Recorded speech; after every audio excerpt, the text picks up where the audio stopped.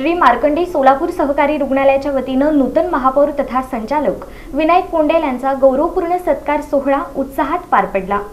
श्री मार्कंडे सोलापूर सहकारी रुग्णालयाच्या वतीनं नूतन महापौर तथा संचालक विनायक कोंडेल यांचा गौरवपूर्ण सत्कार सोहळा उत्साहात पार पडला। कार्यक्रमाची सुरुवात मान्यवरांच्या हस्ते श्री महर्षी मार्कंडे महामुनी यांच्या प्रतिमेचं पूजन करून करण्यात आली। त्यानंतर रुग्णालयाचे चेअरमन डॉक्टर माणिक गुर्रम यांनी प्रास्ताविक केलं। त्यांनी महापौर विनायक कोंडेल यांच्या सामाजिक, शैक्षणिक आणि आरोग्य क्षेत्रातील सातत्यपूर्ण कार्याचा गौरव करत त्यांच्या निवडीबद्दल अभिनंदन केलं।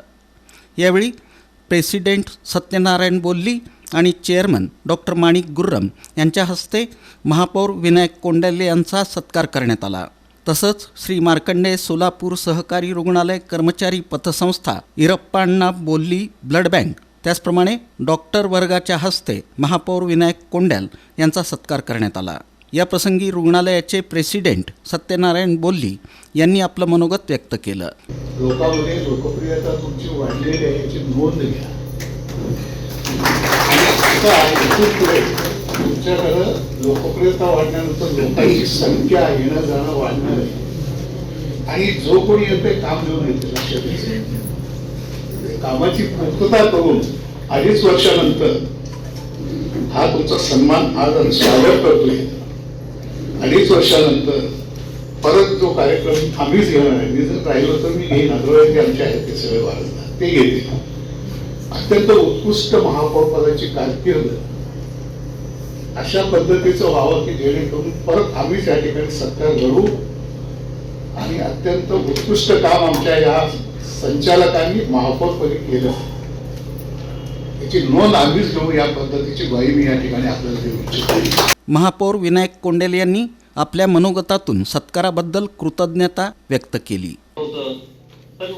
महेशांना मी एकदा सांगितलं की विनायक तुला या ठिकाणी काम करायला चांगली संधी आहे, तर मी एकच त्या ठिकाणी निश्चय केला की प्रभागामध्ये गाडी एका साईडला लावायची आणि प्रत्येक गल्लीमुळात फिरायचं आणि मला कामाची आवड असल्यामुळं मला ते सोपं होत गेलं।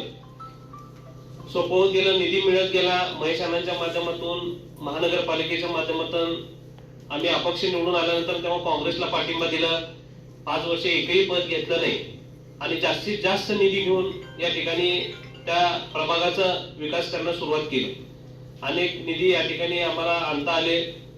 2012ला वयाच्या 25-26 वर्षी स्थायी समिती सभापती पद या ठिकाणी मला मिळालं। काँग्रेसकडनं तेव्हा लढवलो आणि स्थायी समिती सभापती पद मला या ठिकाणी मिळालं। वयाच्या 26व्या वर्षी सर्वात कमी वयात स्टँडिंग कमिटी चेअरमन मिळून 850 ते 900 कोटीचं बजेट सोलापूर शहरात या ठिकाणी मांडू शकलो।